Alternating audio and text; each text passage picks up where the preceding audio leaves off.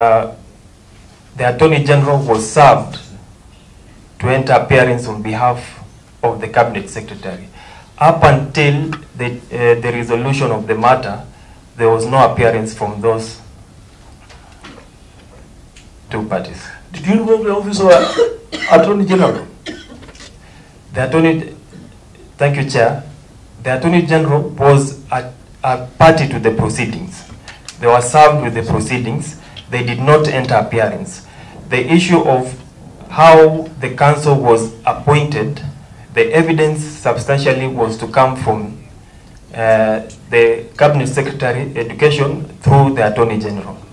But they are aware of the proceedings because they were served by the claimants. Honorable members, it's a very dangerous occurrence. We cannot entertain. Who was the appointing authority for the committee?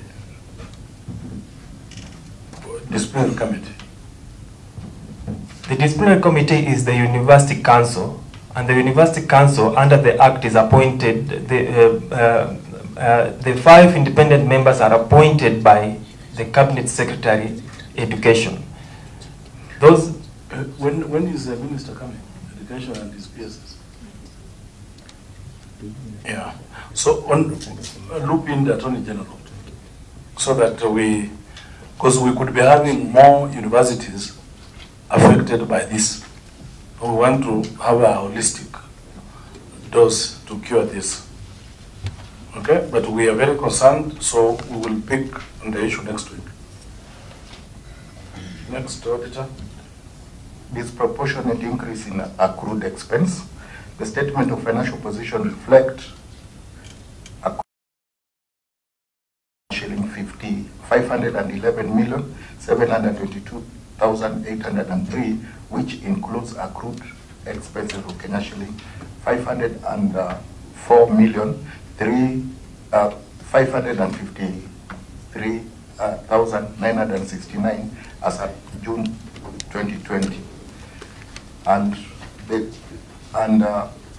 as at June 2019, it was 168,630,181.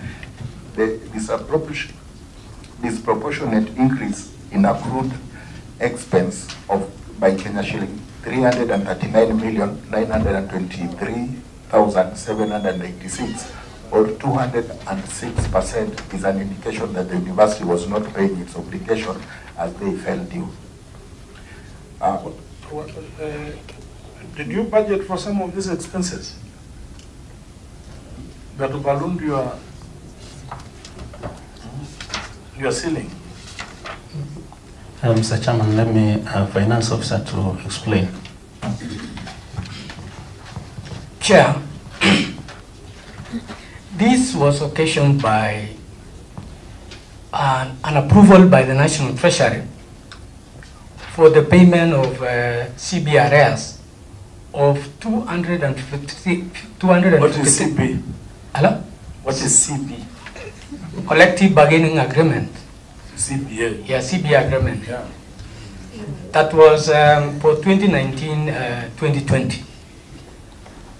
The amount that was approved was actually approved very late in the financial year, and by approval of the National Treasury, 253,432,139 was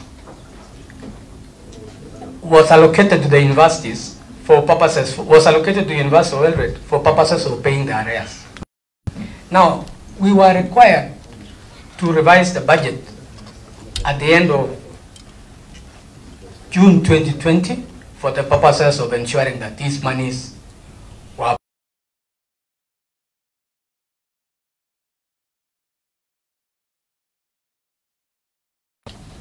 the statement of the Auditor General was correct to say that there was disproportionate increase because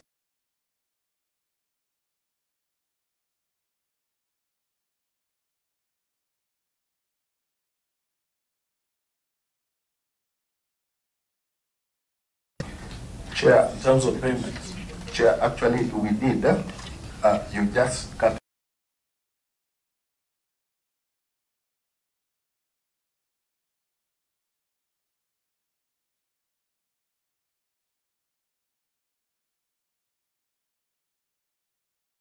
important the committee gets it. During the year, the university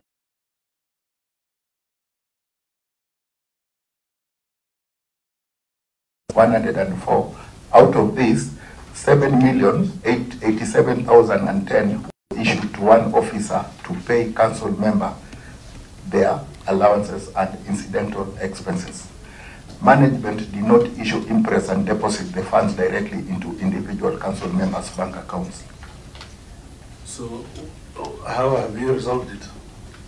Chair, this was a system that was faulty.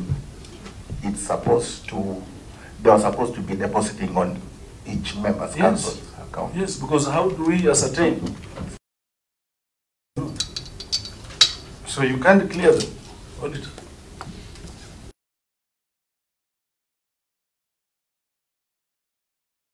In the subsequent years, now this system was changed. Now they were depositing it. Yeah, but we are auditing this specific year. Yes. Mr. County Group, sir.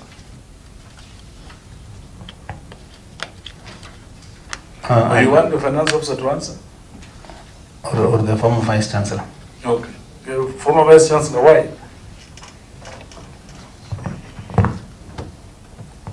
Basically, it was a request from the council members. They preferred being paid in cash and then acknowledging receipts. So we had designed payment vouchers for them. They acknowledge the receipts. But are you even serious? Madam Bisi, are you even serious? This money was paid to whom? There's one member of staff who works in the council secretariat. A member of staff? Who was getting the money and then paying to the council members after the meetings have taken place. But you know that is illegal. Was that person a conduit of siphoning money from the university? Not really. But how would you do that? How do you go to an institution and say, I'll give Victor money for Victor to pay people? That's how money is eaten, and it's totally unacceptable.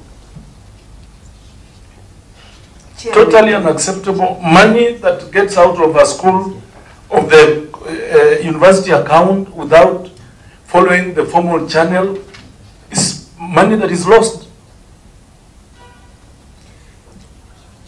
Chair, if I may add, really, it followed the formal channel. The member was allowed to take an interest, and after that, the council members acknowledged receiving the money, and then the acknowledgements were attached to the accounting documents. It is illegal because the person who takes the money is supposed to account for that money individually. That is tantamount to running an institution like a personal kiosk, which is unacceptable. Right, Madam Vice Chancellor? It's totally unacceptable. So we cannot, this committee cannot, including the Auditor General, ascertain whether indeed this was a way of defrauding the institution or not. Where is that person to whose account this money is went? I think she has retired from service. Yeah, because the retirement age. It would be unfair for us to rule without listening to her. Chair, if there was an issue, then the council members would have complained that they have not received their dues. But they are. You are addressing the wrong issue. It is wrong for you to take money, put in an employee's account for purposes of the council or any other purpose relating to official running of the institution. Honorable members, we invite, yes. Chair, I yes, wanted please. to ask the finance officers.